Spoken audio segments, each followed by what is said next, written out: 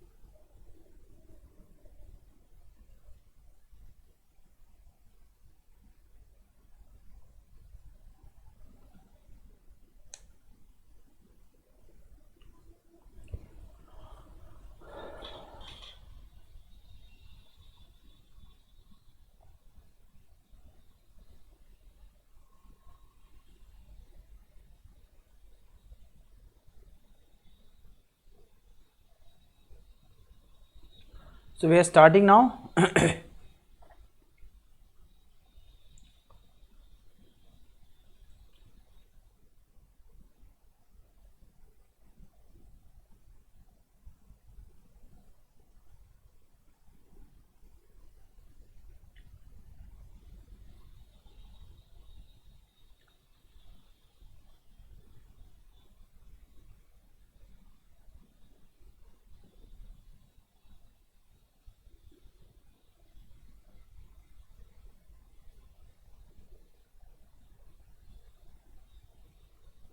Okay, so we are starting now. Come back soon.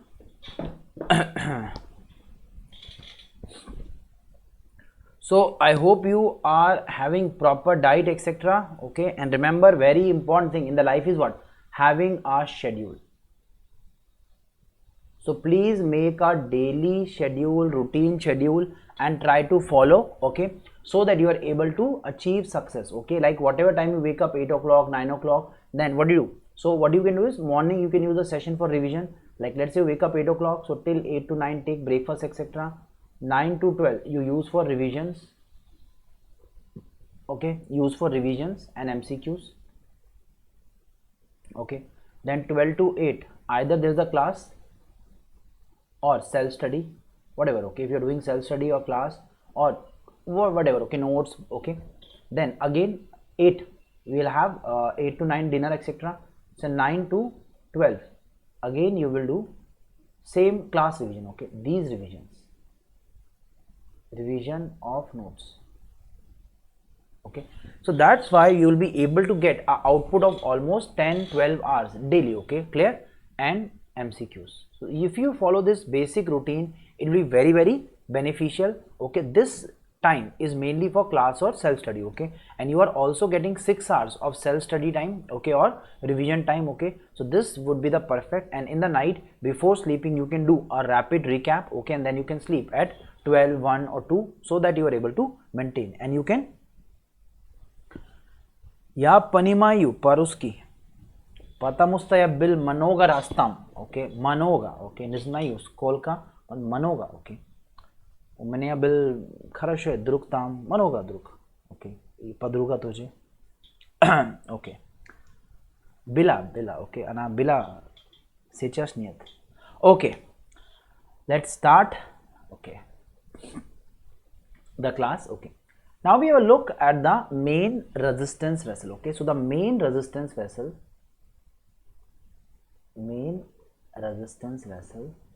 Okay, so people ask me how I learn Russian. The same way most boys learn Russian there. Okay, so main resistance vessel is arteriole, yeah, are arterioles.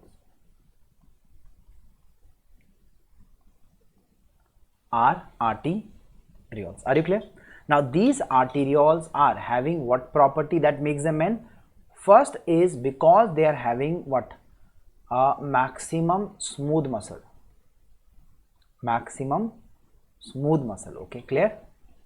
So maximum smooth muscle. MCQ. So this question was asked recently in 2017 exam December ki arterioles which has the highest smooth muscle. The answer is arterioles, and they have a rich sympathetic supply. Okay, clear? Okay, so rich sympathetic supply. Okay, clear? Okay, okay. सो पदरुगा का bye bye हो गया, ठीक है। पदरुगा ने रुका दिखा दिया मुझे और चली गई, ठीक है। चलो, सिंपैथेटिक सप्लाई। ओके ओके, पगोदा और पदरुगा निकगदा विरित। Okay, so rich sympathetic supply. Okay, so what happens, alpha 1 and beta 2 receptors. So alpha 1 cause vasoconstriction, beta 2 cause vasodilation. So beta 2 causes vasodilatation in this particular case. Okay, so vasodilatation. Okay, fine. Okay, okay. Now vasoconstriction is having which all features? First example, skin,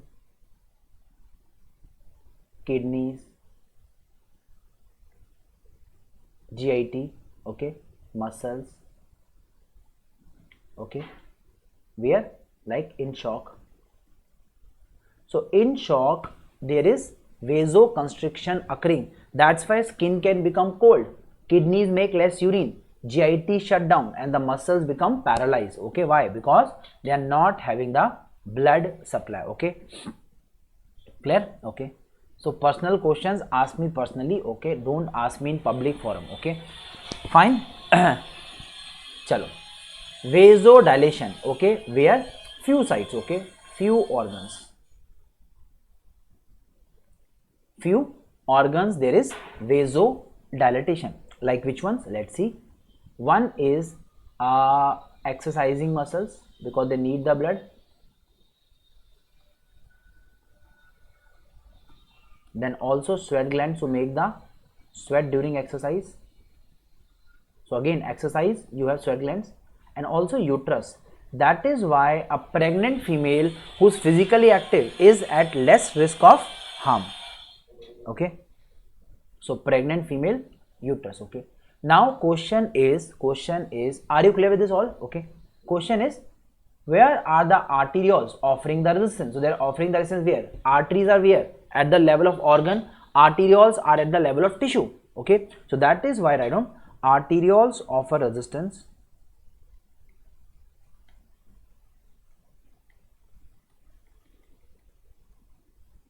at tissue level. Where? At tissue level, that is periphery to heart. Okay, that is periphery to heart.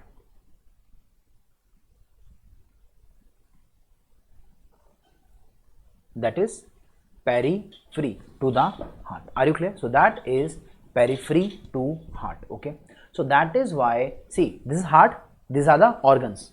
Organs contain tissue. So what is there at the level of tissue? The answer is, at the level of tissue we are having arterioles. So that is why capillaries supply the cells, but who is supplying the tissue? Arteriole. So that's why we say they are center periphery. So they are at the peripheral level. Okay, so that is why they are main site of peripheral resistance. So who is the main site of peripheral resistance? The answer is PR. Answer is arteriole. Answer is arteriole. So if there is a high peripheral resistance, heart will find it difficult to pump blood to them. Are you getting the question? So what is the logic here? The heart is at the periphery, okay, or center. Organs are at periphery, so resistance at the level of tissue, organ tissue are same thing, okay, like parenchymatous tissue. So organs contain different tissue and that create the organ, okay. So therefore they are offering resistance where? At the periphery.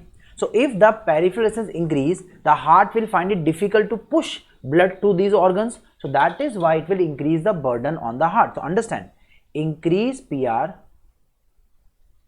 will increase load on ventricle. And when is this load felt? When the ventricles are relaxing? No, when they are pushing blood against the resistance, okay, which act when, so will increase the PR, so will increase load on ventricle, which act when contraction start, which act after contraction, which act after contraction start, hence called as afterload. So remember, peripheral resistance is afterload, okay.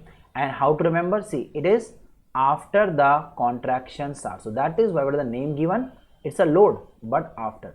So what is the simple formula to remember? See, preload is basically EDV, that is volume filled, and afterload is basically resistance, that is peripheral resistance, okay. That is the resistance you need to overcome, okay. So it is a resistance, okay. So that is why if you change the EDV, it is preload. If you change the resistance, it is afterload. So that is why, how can you change preload or afterload? So let's say when you give diuretics, there is decreased volume and this cause a decrease EDV and decrease preload. So that is why diuretics or ACE inhibitors, they decrease the volume and the yields, okay. Even ACE inhibitors, okay, or ACE inhibitors, because they decrease the aldosterone, okay. So they are basically causing what? They are causing a decrease in the EDV and they are causing a decrease in the preload. Are you clear? So EDV and the preload. Are you clear? Fine. Now comes the question. So question is, if you give vasodilators, then it cause decrease resistance and decrease afterload.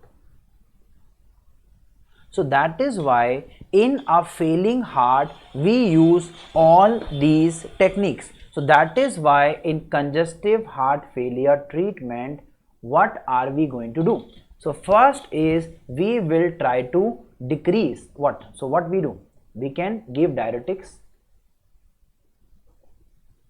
or ACE inhibitors if volume is increased.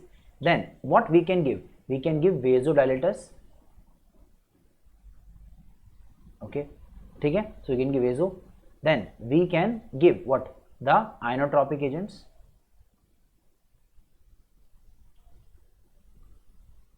okay, clear. And we can also decrease the heart rate by giving the calcium channel blockers, etc. So that's why these are the main, okay. And plus minus we can give beta blocker, okay. Why? To decrease the heart rate. So it depends on condition to condition, so we're not mentioning it. So if there's a tachycardia, then we can give the beta blocker, okay, fine.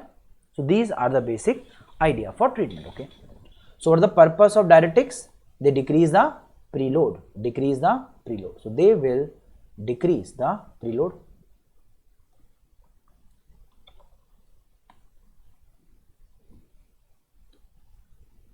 Dilators will decrease the afterload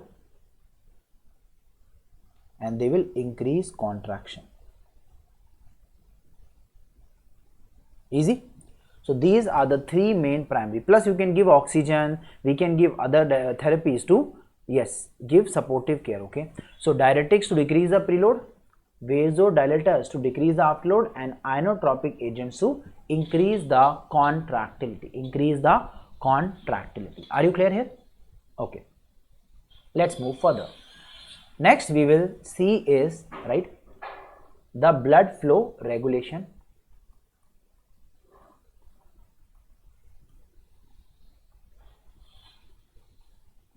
So we'll use a very simple idea. It say F is P by R.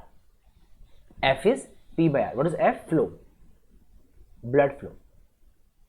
So it depends on P. What is P? Pressure. Okay, mainly arterial pressure.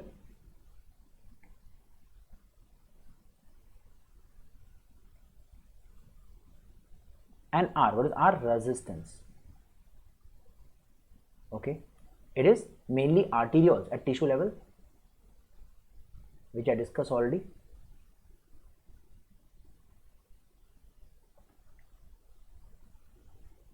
So in simple language, if you want to change the blood flow, you can do what? You can either change the pressure or you can change the resistance. Now pressure is not changed much. Why? Because it is maintained in normal range. So pressure is more or less same. Okay, so first question is, it is maintained same. Okay, so it is almost same everywhere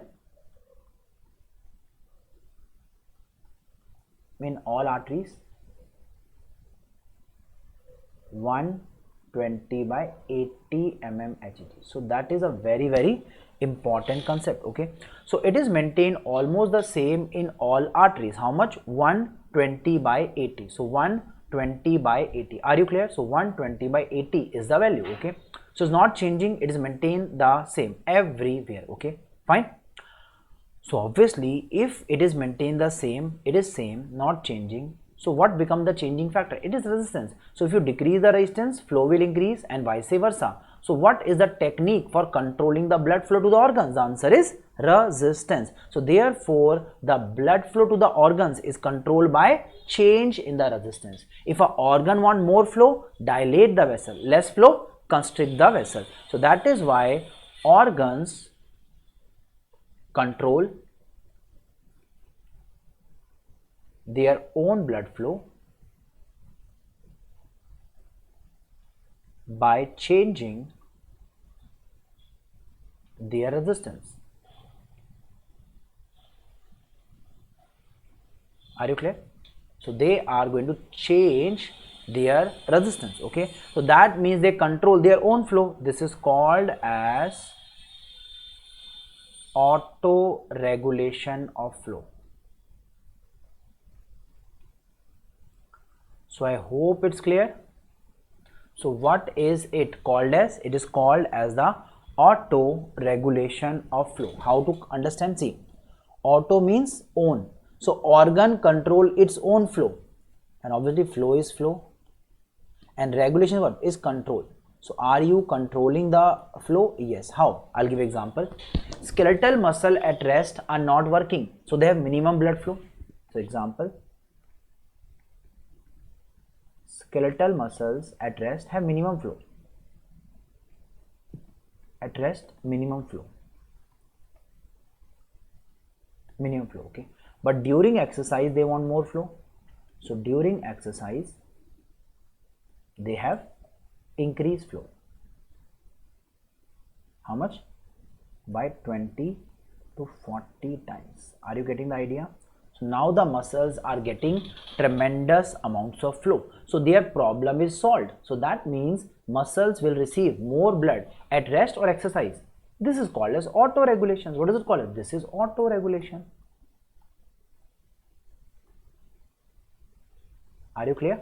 So how does this occur? Mechanism. So let's say mechanism. Mechanism is simple. The formula of flow is P by R. P by R. Okay. Flow is P by R. So if you want to increase the flow, one is increase the pressure, decrease the resistance. So easy. So if you want to increase the flow during the exercise, what do you do? Increase the pressure and you decrease the resistance. Now, how do you increase the pressure? Understand, there's an increased sympathetic which increase systolic BP. Okay, systolic BP. Okay, clear? So we'll increase the systolic BP. How much? 20 to 40%. and there is a fall in the resistance. So there is a massive vasodilation, okay, clear, by local metabolites, okay. So when you exercise, these metabolites accumulate, okay, and that cause what? Decrease resistance, also decrease PR, and it causes increased flow. This is called as auto regulation. So when you exercise, the muscles will have lots of local metabolites and they will cause vasodilation. So therefore the resistance fall and the flow increase. So that is the technique. Now what are the metabolites? Let me explain.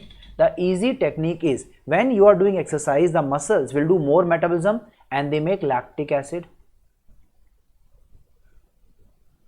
carbon dioxide, okay, then increase temperature, which I have discussed already in, yes, right shift, left shift, increase temperature, okay, hypoxia,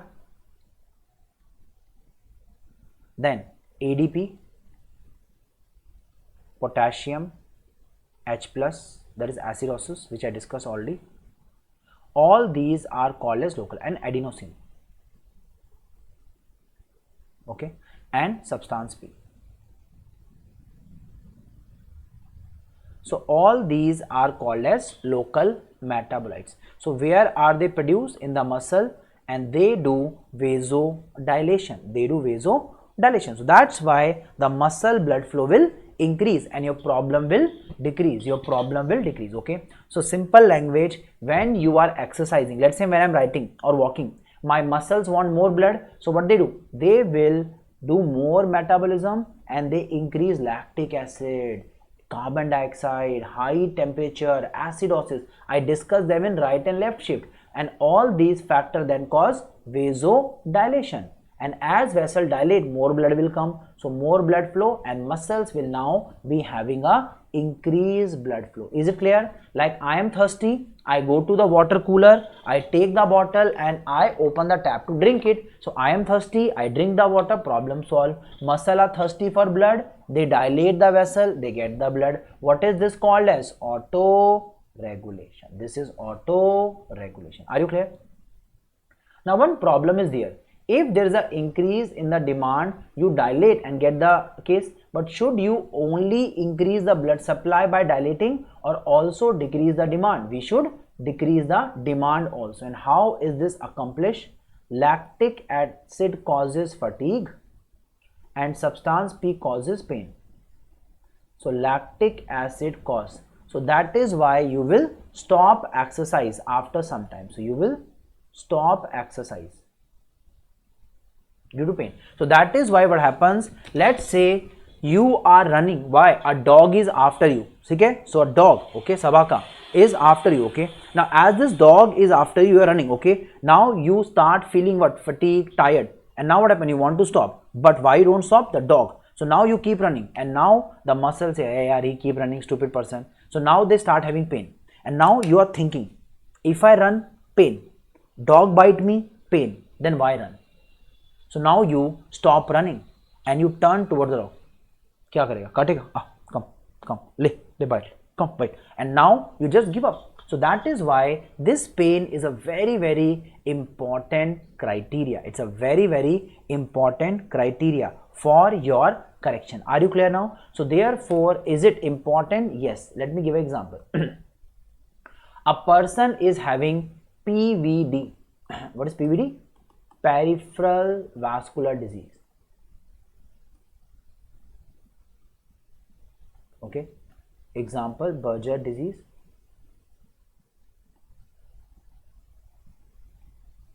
Again, it is basically caused by smoking. Most common is smoking.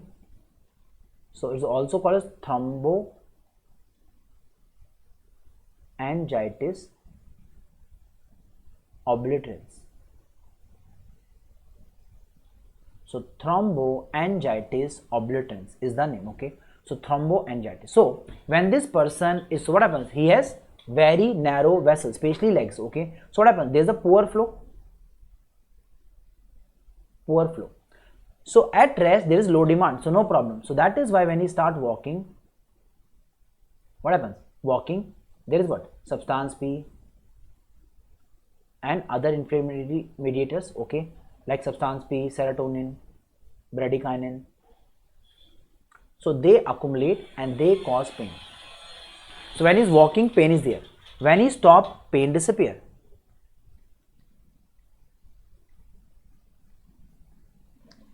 Pain disappear.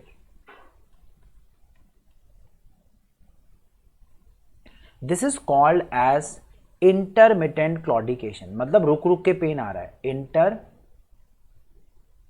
Intermittent claudication. Are you clear? So intermittent claudication, okay, and that indicate he should stop smoking and we should start the treatment. We can do sympathectomy or give vasodilators, anti-platelet drugs like clopidogrel. So we want to stop the process of the reduced blood supply, okay. So therefore pain appear and disappear, okay. And what is the next state? Next state is there would be pain at rest, okay. So now you will have rest pain also, pain at rest. So that is next step. And then there is what? Gangrene and ultimately amputation. So pain at rest and finally there would be gangrene. Which one? Dry gangrene. Why? Because there is an arterial occlusion. So gangrene and ultimately amputation. So what is the stage 1? It is claudication, then pain at rest, then there is ischemia and gangrene, okay, there is necrosis, and ultimately you have removed the case, okay. So first what occurs? First there is intermittent claudication, then there is pain at rest, and finally there is gangrene. Finally there is gangrene. Are you clear?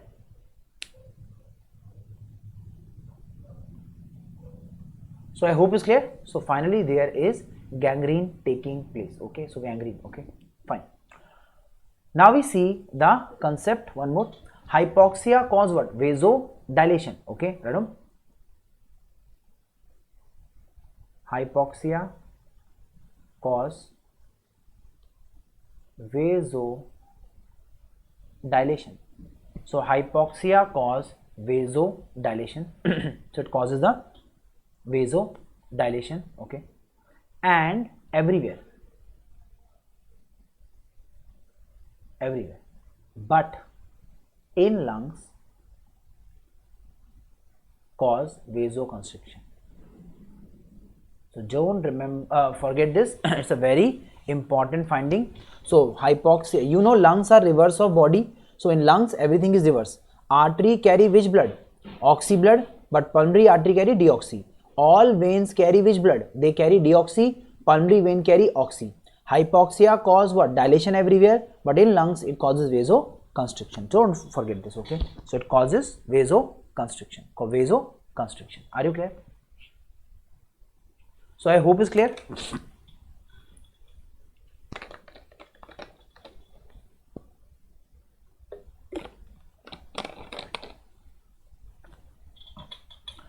Next is what else do we see or we will have in this case,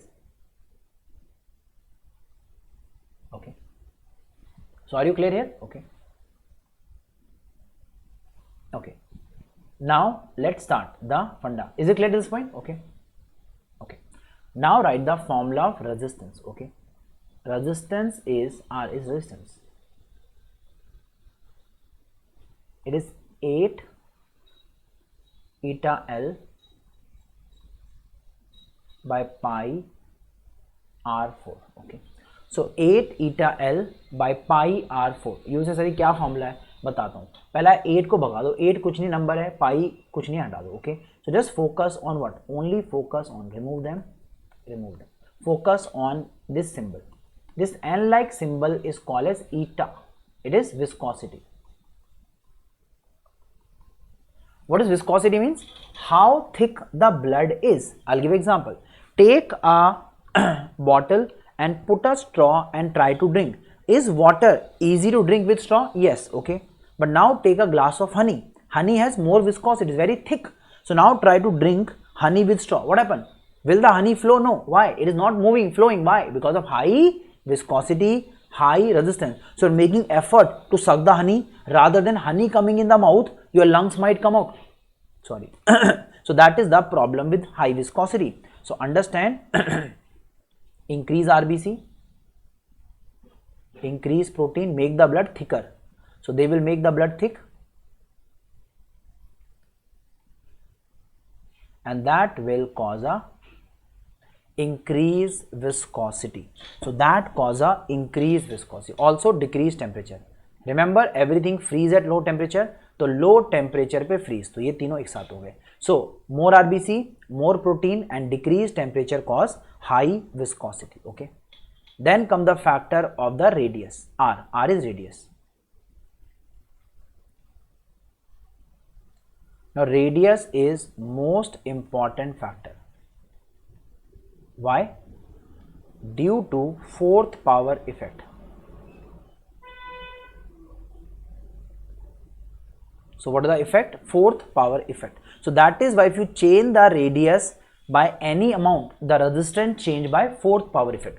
It was asked in the December 2000 and not 19, it is June 2019 they asked this question. How? I'll give you. Okay, if we increase radius by 2 times, we get a decrease resistance by 2 times, no, 2 to the power 4 times. 2 to the power 4 times. Are you clear? So 2 to the power 4 times. Are you clear?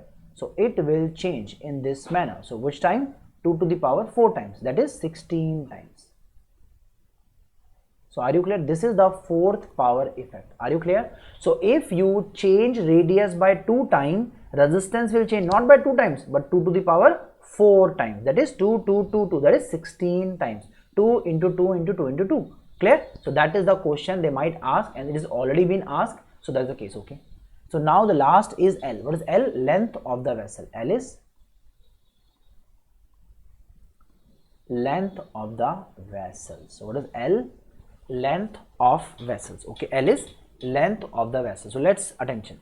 If a very long vessel is there, it will be easy or difficult to, yes, make the blood flow. So that's why it has a higher resistance. So longer the length, more the resistance. So that's why longer length, more resistance.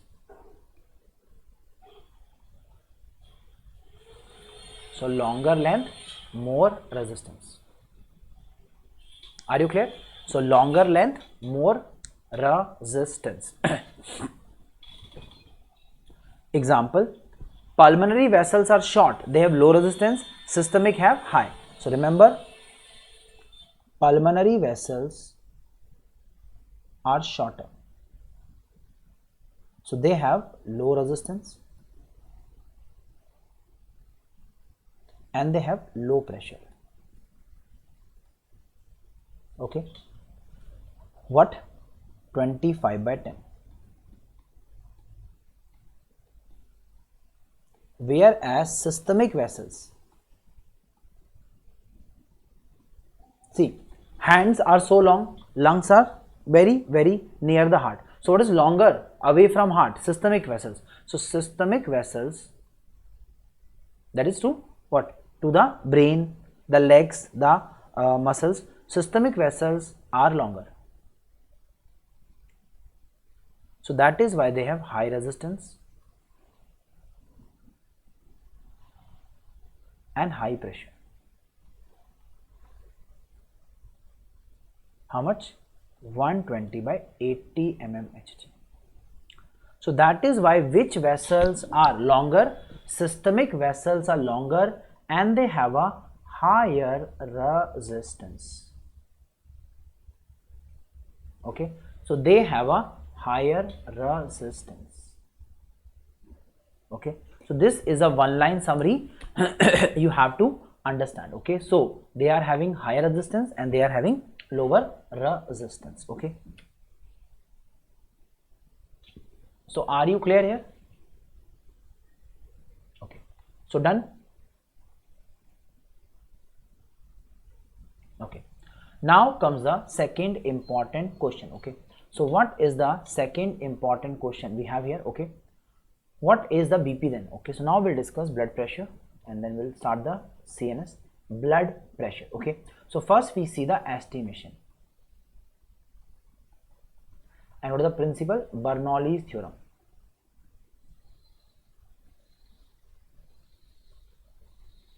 So they will not ask you what is Bernoulli's theorem, but yes, they might ask you BP estimation depends on which theorem? Bernoulli's theorem. Okay, if you want to remember that, it say potential energy and kinetic energy are always constant. Okay, so what it say? It say sum of kinetic and potential energy is constant.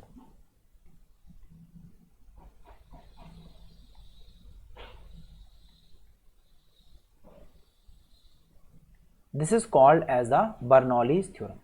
Okay, so let me give an idea. See, this is the vessel, this is PE plus KE, and their sum is constant.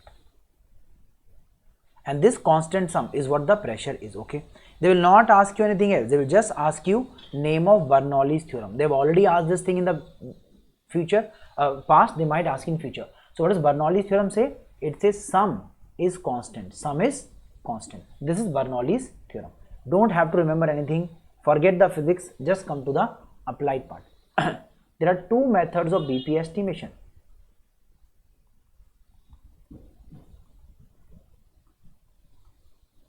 So there are two methods of BP estimation. Okay, so what are these two methods? So let me explain. Okay, first is understand direct method, indirect. Give more space to indirect. Like I'll give example. When you're writing, don't make half, make 1/3, 2/3 like this. Give more space to indirect. Why? I'll tell you. So direct method, indirect. In direct, you take a cannula and directly insert in the artery. So this is direct measurement. Okay, so what? Intra-arterial catheter BP recording.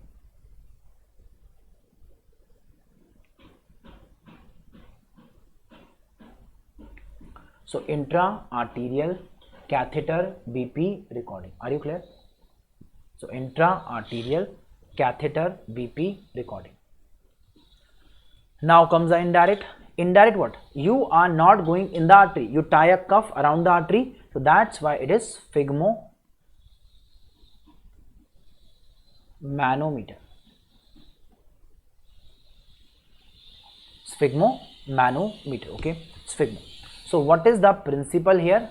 First is you tie a cuff around the arm and compress brachial artery. So BP cuff, okay, it will compress brachial artery.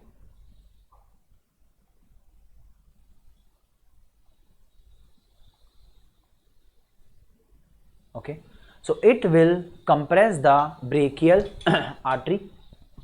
Okay, compress the brachial artery.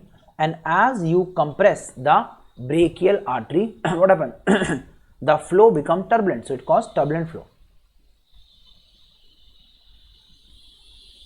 and that causes Korotkov sounds. Again, they might ask this in the exam.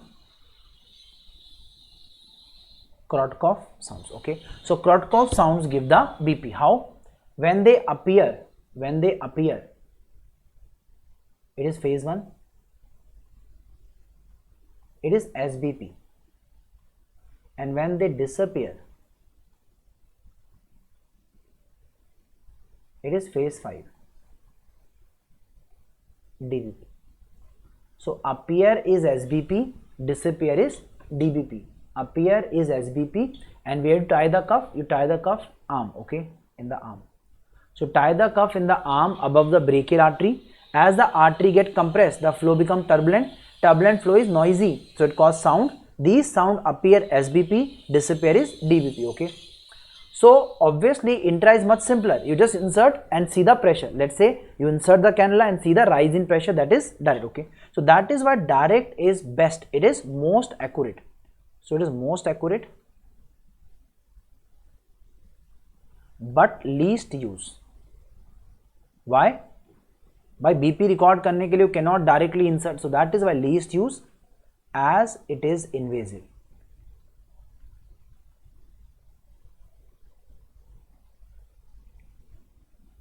So because it is invasive in nature, it is used the least. Okay, so why it is least used? It's a invasive procedure. It's a invasive procedure. It is less accurate,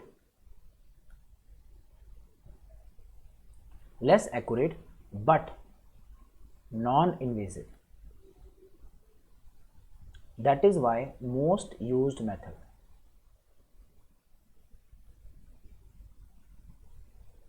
So what is the most used method? It is the ACE. Okay.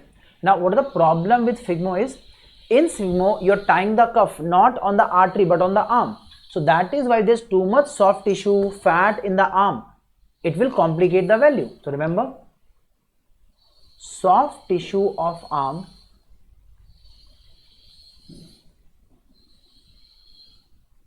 tend to give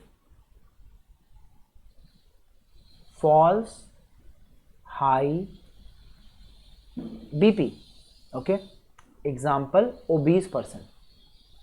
So in a obese person, the arm is having lots of fat, so BP cuff will not be able to properly compress, and that's why you have to apply extra pressure to compensate the fat to be nullified. So that is why it tends to give a false high BP. What person? Obese person. When you use which method? Sphygmo. So how can you correct the problem? Don't say remove the soft tissue. इसे तो काट के मैं artery में ना घुसेड़ लूं.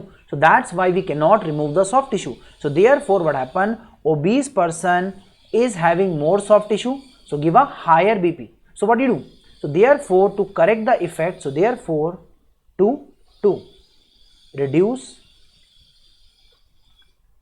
error in BP estimation due to soft tissue of arm,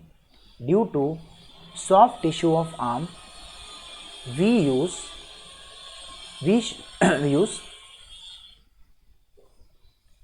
cuff size as per arm size. So if arm is big, we use a big cuff. If arm is small, we take small cuff. So bigger arm, big cuff, smaller one, we use small cuff. Okay, so that is why the cuff size should be as per the arm size, okay.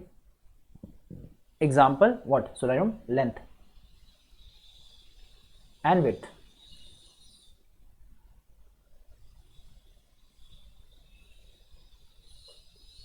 So cuff length and cuff width. So length should be 2/3 of mid-arm circumference.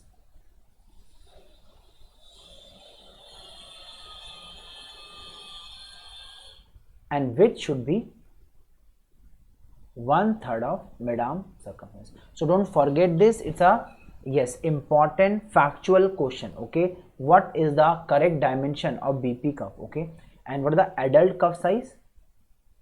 So adult cuff is 23 centimeter into 12.5 centimeter. So 23 centimeter multiplied with 12.5 centimeter is the size of what? Adult cuff. Are you clear? So it is the size of which cuff? Adult cuff that we have or we will see. Okay, so 23 centimeter into 12.5. okay, now we see types of BP.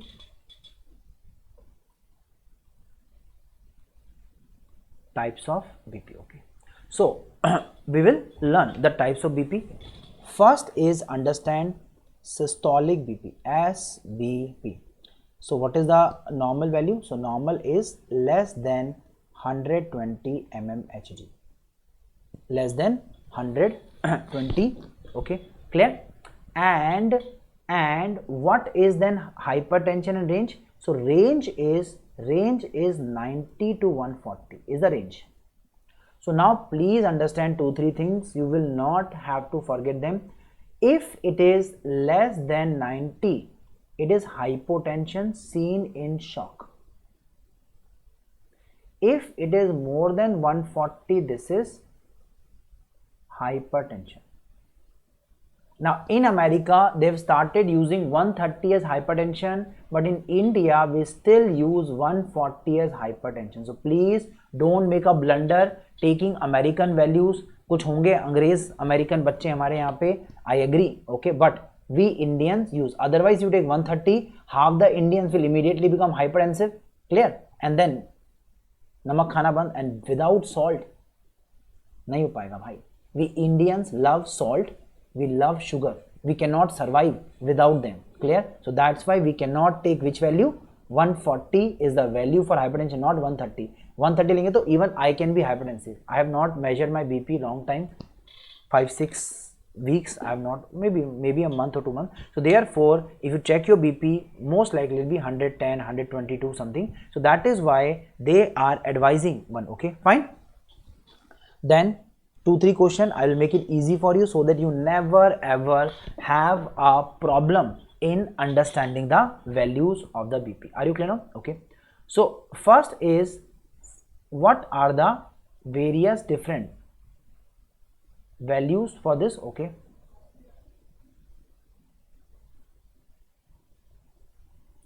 So let's start. Okay. First is, what is it produced by? So it is produced by ventricular pumping. So as ventricle contract, it push blood into artery, so that will be producing. So it is produced by what thing? It is produced by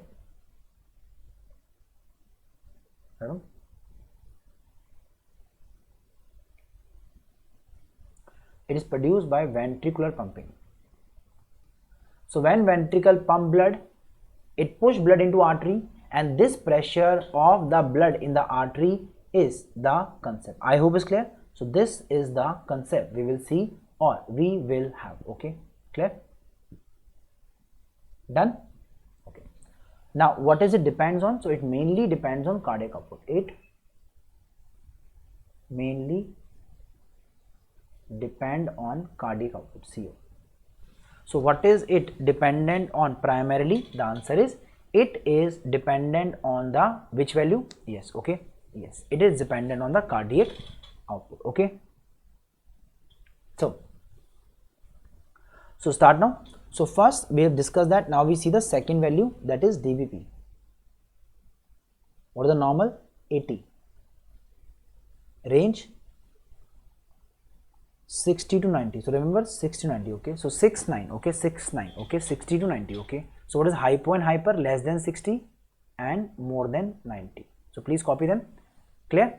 So less than 60 is hypo, more than 90 is hypertension. What is it produced by? So just copy, then I'll help you write further and I'll make you clear in each and everything here. Okay.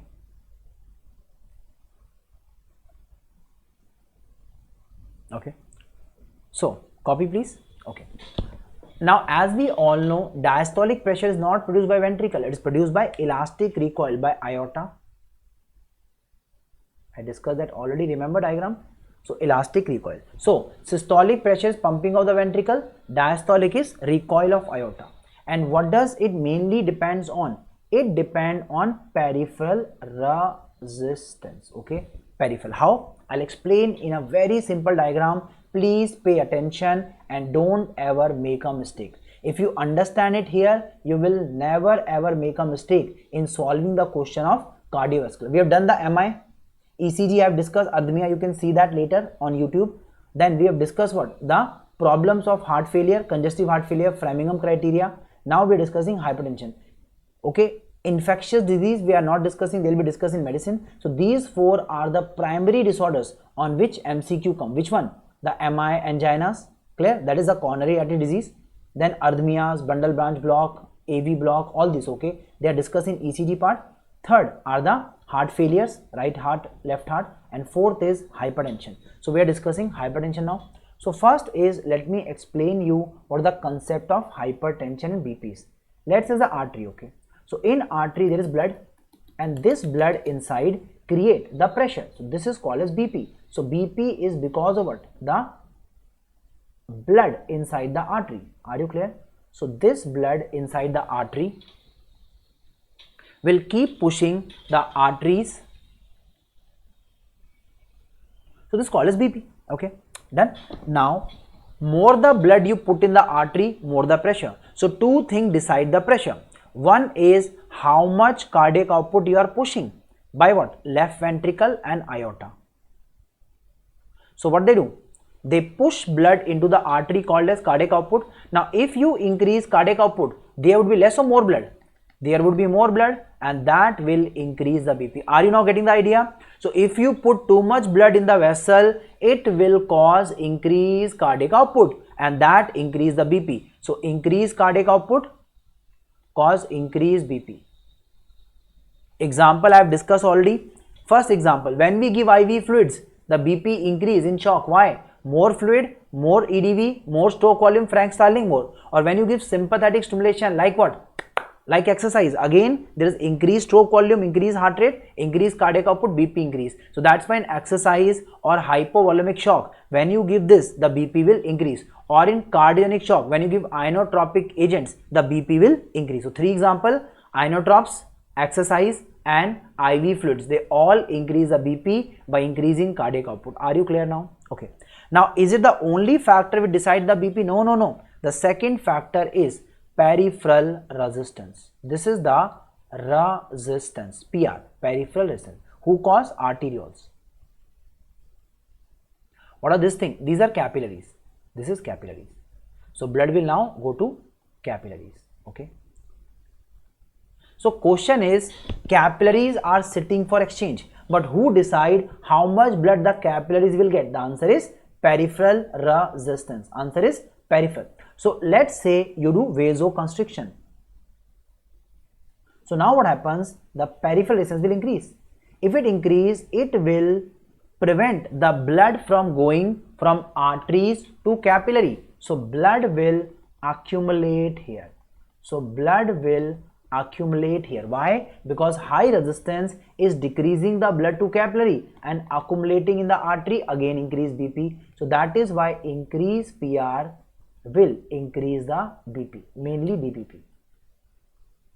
So that means if you want to increase BP, you can either increase the cardiac output or you can increase this. Example, when you do vasoconstriction, when you give adrenaline etc., it increase BP by vasoconstriction. So simple diagram, what are the two techniques of what? Controlling BP. Either control the amount of blood coming to the artery or control the amount of blood going out of the artery into the capillary. How? Vasodilation by arteriole. So what are the two factors which decide the BP? Cardiac output, peripheral resistance. Cardiac output, peripheral resistance. Cardiac output, peripheral resistance. More the cardiac output, more the BP. More the resistance, the blood will shift or accumulate. More the value. So are you clear? So this is a very simple concept. So I hope all are able to understand and get this concept clear. So this is the funda we will see or we will have in this particular case. Done. Okay. Now what are the other BPs? So just write the name. One more thing, for the staging of hypertension, just remember a very simple rule: 140/90 are hypertension and just increase 20 to this. Okay, so I'll just say what is the concept. More than 180 SBP and or more than 110 DBP is a hypertensive urgency, and if and organ, example kidney, brain, heart involved, if and organ involved, it is called as urgency to emergency. So how to remember? Remember 180 or 110. 180 or 110 is what? It is a very high BP. It is called as urgency. Urgent care is needed. You need to decrease the BP, okay? It is called as hypertensive urgency. Decrease the BP.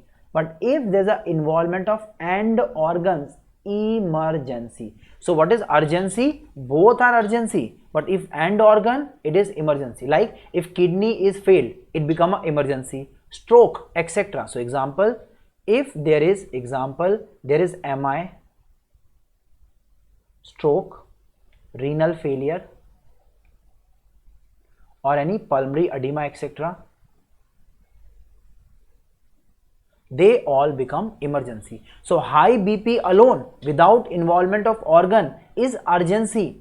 Involvement of organs become urgency. So कैसे याद करना है? E end organ, E emergency. No end organ involved, only high BP. This is yes hypertensive. Example, yes, example is when NB gave the paper and you are seeing the paper, you are in hypertensive urgency. And because of anger, let's say some bad thing occur, like your brain, some vessel get injured, something, and that creates some stroke. Now you are in emergency. Okay, so emergency, urgency, and in emergency you basically tackle not the BP, you tackle the end organ first. Okay, yes, the goal is to reduce the BP, but take care of the organ first. In urgency, the target is what? Basically decrease. How? I'll discuss very soon. Okay, so I hope you are getting the full concept of medicine here. Okay, urgency and emergency. Okay, now we will see other BPs. Number 3 is pulse pressure.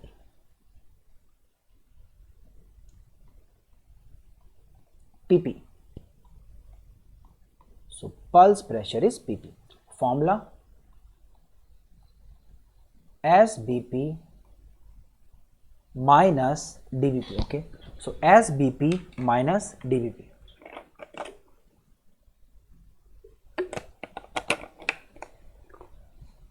So clear?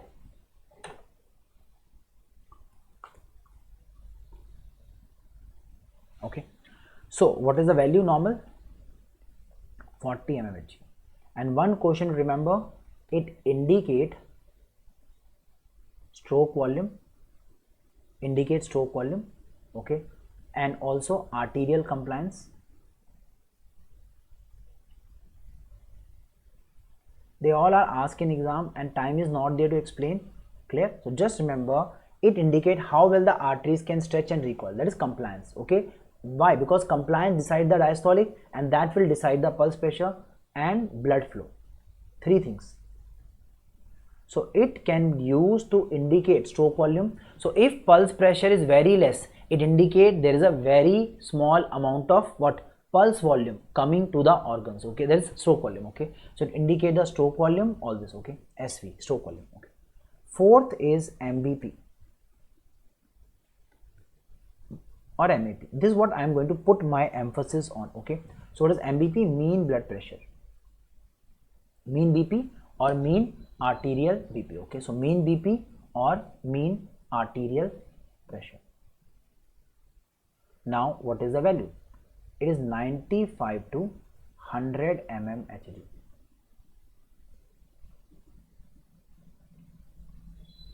95 to 100 mmHg. I hope it's clear. What is this thing? This is your mean blood pressure. Are you clear?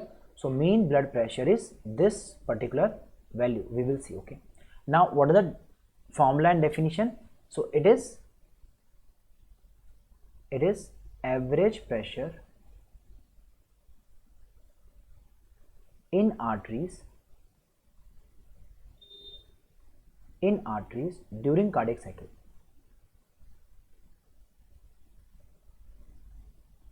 Are you clear? So mean pressure in arteries during the cardiac cycle is given which name? It is called as the MBP. And write the formula of MBP. It is DBP plus 1/3 of pulse pressure, or a second formula is also there, which is 2 DBP plus SBP by 3. So 2 DBP plus SBP by 3 is another formula. Okay, so 2 DBP plus SBP by 3. Okay, by 3. Okay, so is it clear now? Fine. Okay, now understand the whole story. Okay, what is the formula of flow? F is P by R. We all know this. F is P by R. Okay, now what is the flow given by heart to the entire body? The answer is, it is called what? It is called as the cardiac output. So flow to body is cardiac output. Yes or no? 5 liter. What is the pressure heart generate to pump this blood? It is called as BP. So BP is generated by heart to pump the cardiac output. And what is the resistance offered by all organs? It is PR or TPR. That is total peripheral resistance. So in simple language, we can simplify the formula of this as this one. Cardiac output is BP by PR. Cardiac output is BP by PR. Okay, so cardiac output is blood pressure by peripheral resistance. So cardiac output is what? BP by peripheral resistance. Okay, so we can shift the PR there and we can write a final statement: BP is cardiac output times peripheral resistance. Please copy this. This is one of the most important things. It will help you understand and solve the questions. Okay, so blood pressure is nothing but a relation between cardiac output and PR, and I have given this thing already when I was discussing this particular diagram. Okay, so what the diagram I was discussing? This one. Okay, that cardiac output is what? It is BP and PR. It is BP and the PR that we are seeing or having in this case. Are you clear? So what is the formula? It is cardiac output times PR. Cardiac output times PR. Same thing is here.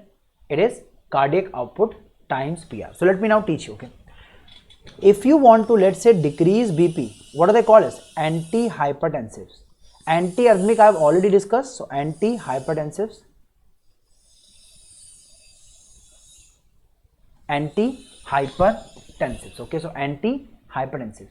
So either you can decrease the BP or you can decrease the peripheral resistance. What you can do? Either decrease the PP or you can decrease the peripheral resistance. So are you clear? So these are the two main factors. Now what is the formula of cardiac output? So you know the formula is stroke volume into heart rate.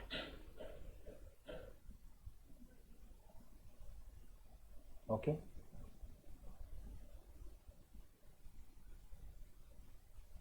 clear? So stroke volume into heart rate. Okay, then what is PR? It is, you know the resistance.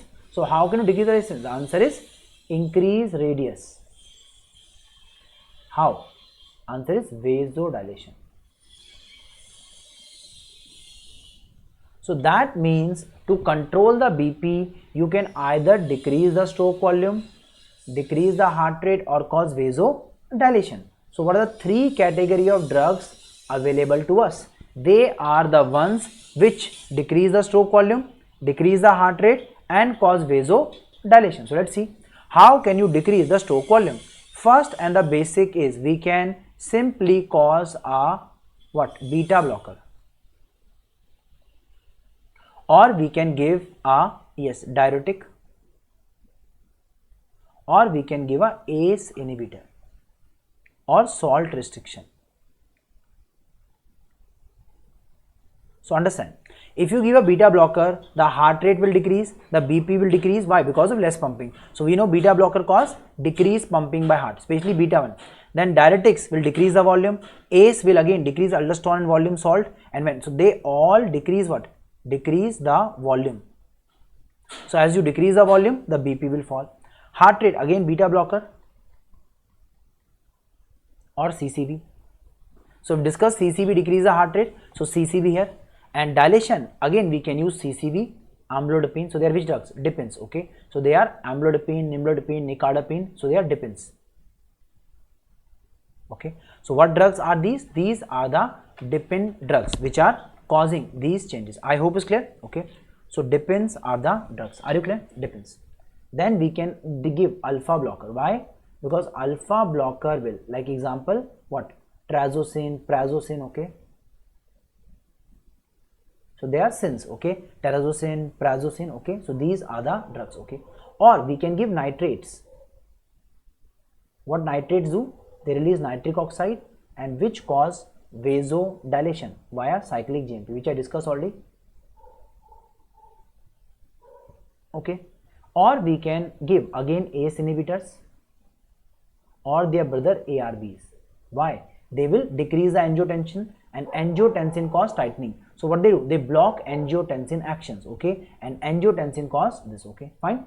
Or we can give a, which one? Are you clear? Okay.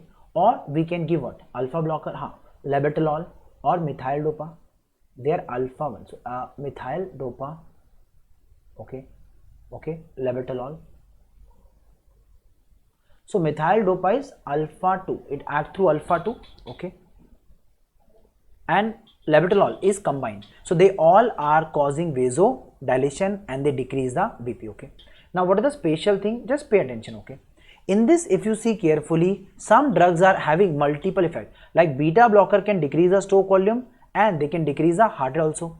CCBs can decrease heart rate and cause vasodilation, especially depends, okay. Then comes our category number 3. The ACE inhibitors decrease the salt to decrease the volume and also decrease angiotensin, so they cause vasodilation, okay, clear. And diuretics last. So if you have these drugs, they become A, B, C, D. A, B, C, D. ACE, beta blocker, CCB, diuretic.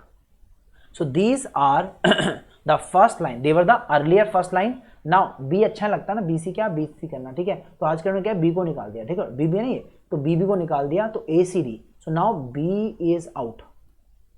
So that's why A, C, D are first line antihypertensive drugs.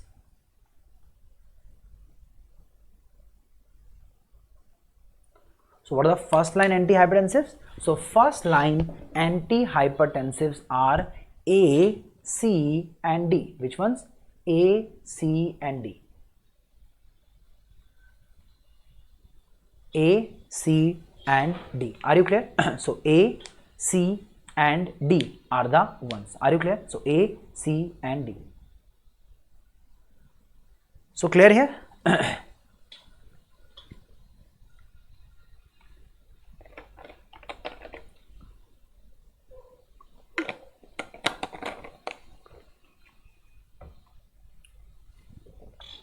So how do we use? Now understand, a young patient is having very good heart, pumping lots of blood. Older people, vessels become hard, stiff, so they are having problem of vessel. So that is why we will use different category in different. So how to remember? So remember 2, okay. So if the age is less than 55 year or diabetes mellitus 2, or if advanced budhau age is more than 55 year, okay. So if the age is less, most likely it is cardiac output which is high, so we will give ACE inhibitors as the first line treatment there, and in case this we give CCB. तो याद रखना, in young people we use ACE inhibitors, older we start with CCB. Are you clear? Older we start with the CCB, okay. Now if it works, BP control. If BP is controlled, is fine. If BP control or not, okay. If BP not control, then what do you add the C. So A plus C, and here you become C plus A. Are you clear?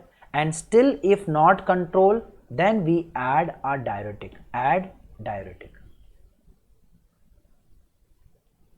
So very simple. This algorithm you will remember. So younger patient, 40 year, 40, let's say me, okay. Okay, I'm 55 or less, okay. I'm not 55, okay. So if you give me what, you should start with, yes, pills. They are pills. Which drugs? Enalapril, captopril, so pills. Okay, clear? Pills, okay. And you know pills are which drugs? Okay, they are all products except 2. So what is the mnemonic? Captain, listen. So lisinopril and captopril, they are not products, okay. So what is the mnemonic here? Captain, listen to me. Captain, Listen to me. So captopril and lisinopril. So they are the prils. So what prils will start? ACE inhibitors we are starting. If not control, we add C here. और यहाँ पे we add what? We add the A.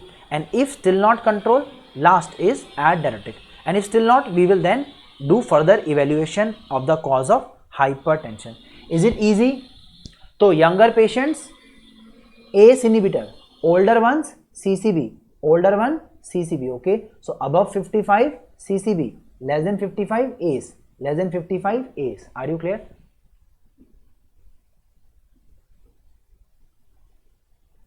So I hope it's clear. Okay,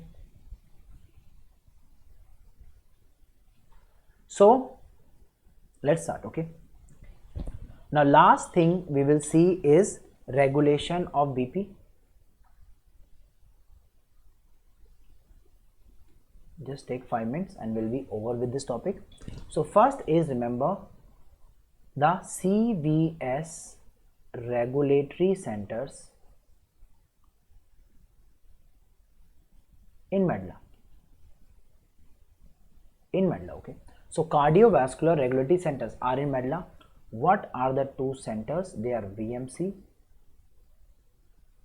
and they are CVC. So they are VMC and CVC. What is VMC? It is also called sometimes CIC. So VMC is vasomotor center.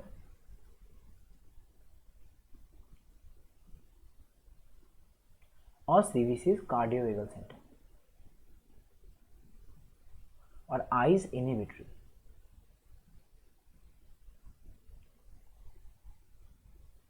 Okay, so cardiovagal or inhibitory center. Okay, so cardiovagal or inhibitory center. Okay, clear? So cardiovagal or inhibitory center. Are you clear? Done? Okay. Now what is VMC do? Okay, so it is in lateral medulla. It is in ventrolateral medulla.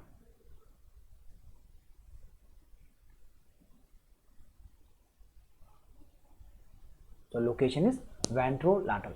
What does it? Increases sympathetic to heart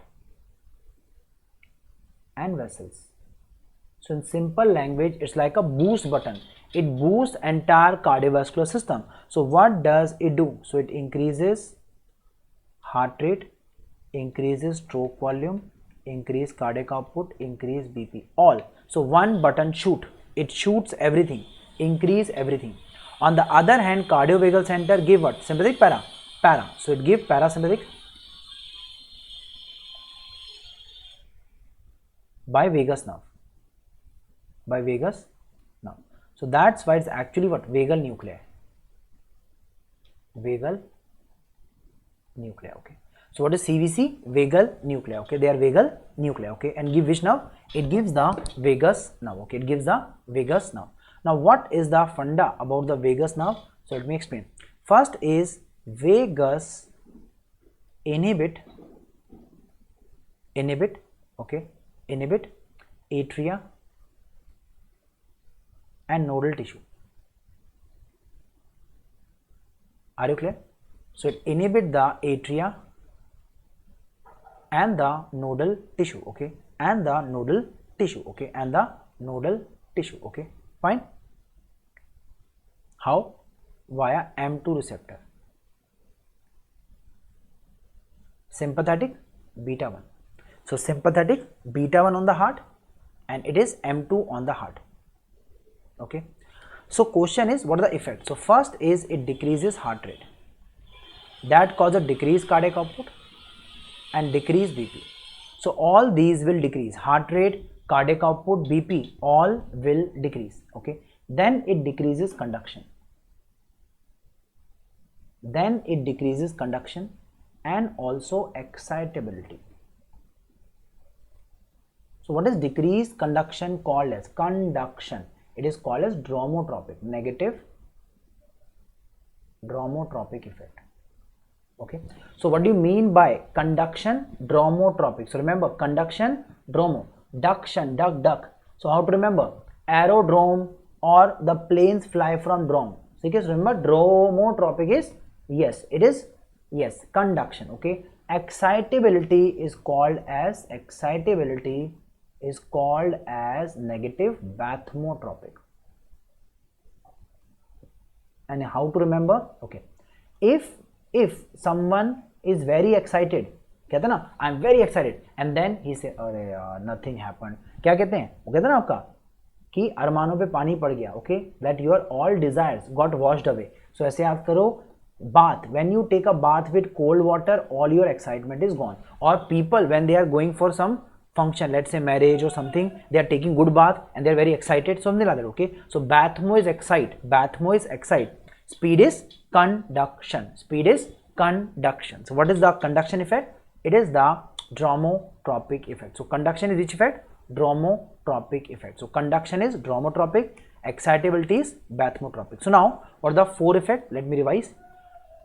Increase stroke volume is which effect? Inotropic is ino. Increase heart rate is chrono. Increase क्या था, conduction is dromo. And lastly, increase what?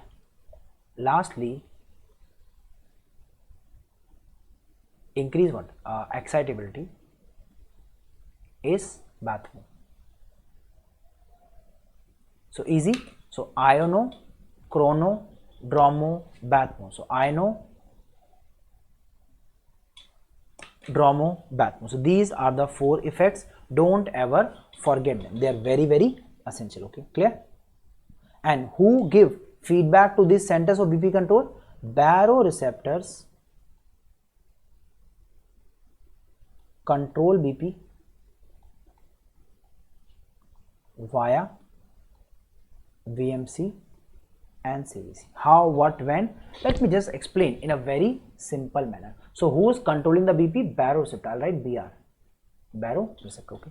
So first question, baroreceptor are for control of BP. They are what? They are acting as brakes. So what do they do? How they do? So first is baroreceptors sense MBP, sense and regulate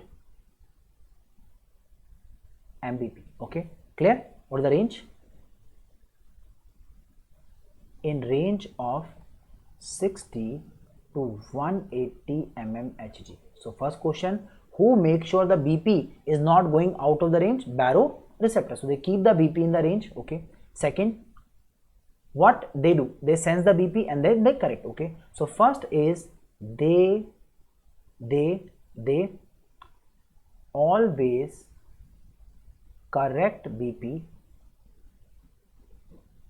by inhibiting VMC, by inhibiting and stimulating CVC. So they are always going to inhibit the VMC and stimulate. So as a result, what happens? There is a decreased sympathetic, which cause decreased BP, decreased heart rate. This is called as what? This is called as negative feedback. Called as negative feedback. So let me explain. Understand. Who's trying to increase the BP? So VMC increases sympathetic and that increase the BP. Are you clear? So what is trying to increase the BP? Sympathetic. But as the BP increase, it is going to be sensed by baroreceptors, and baroreceptors then inhibit the VMC. They inhibit. This is called as negative feedback. And the result is what? The BP will rise? No, the BP will return to normal. So that is why they will make the BP return to normal. So that is why what happens? BP return to normal. So therefore a very simple one line summary. Let's say something increase the BP like VMC.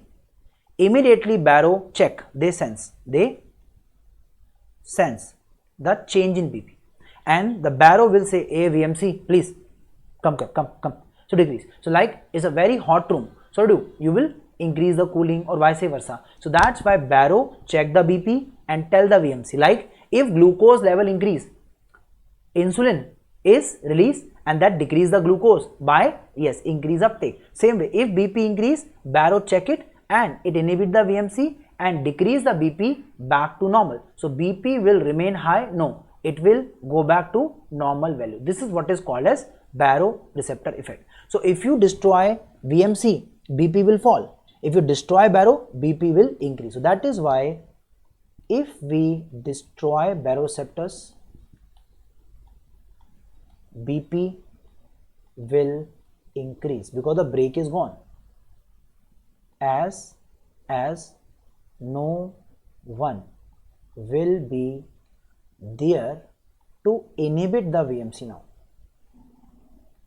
So BP will increase. Okay, so this increase in BP is abnormal. What is it called as? It is called as neurogenic hypertension. No need to remember the name, just remember if you cut the baroreceptor, the BP will increase. If you destroy the baroreceptors, the BP will increase. So destruction of Barrow cause a increase in the BP. Okay, and what is the location of baroreceptors? Location is near the heart. So what is the location? Near the heart, right? Location of baroreceptor, it is near the heart. So one is carotid sinus baroreceptors, location bifurcation of common carotid artery. So bifurcation of common. Second is aortic sinus,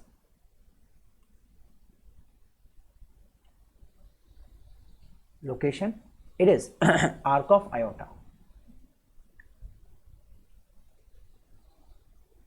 Are you clear? And how will they act on VMC and CVC?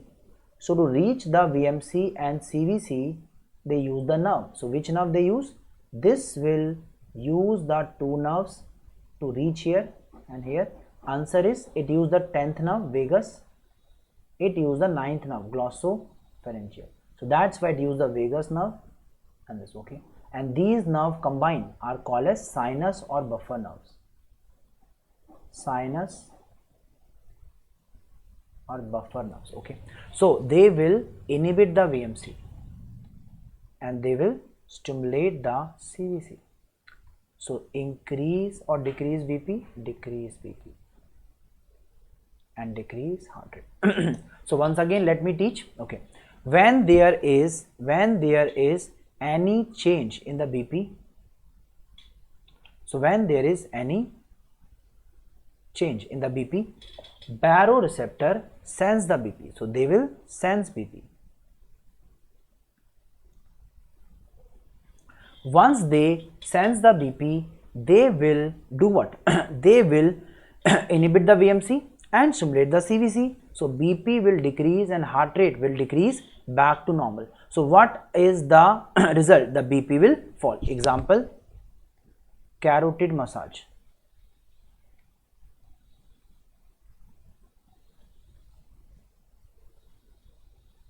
It's a very important tool in a person with very high heart rate, tachyarrhythmia. Sometime when you are starting with the drug, we use vagal maneuvers like what?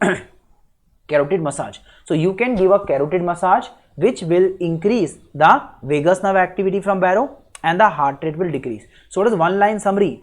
Baroreceptors are break in the arteries, carotid and the aortic, and they inhibit the sympathetic center VMC and decrease the BP. So what is the one line summary?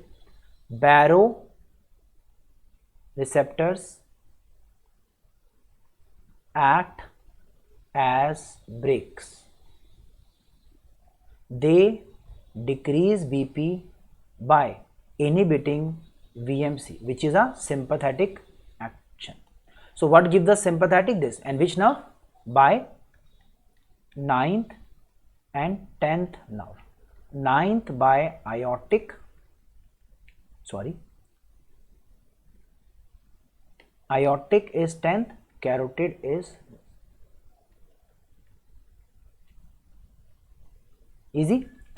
So once again summary, baroreceptor act as brake. Baroreceptor act as brake. What do? They decrease the BP, and they will also cause a inhibition of VMC. They cause a inhibition of VMC.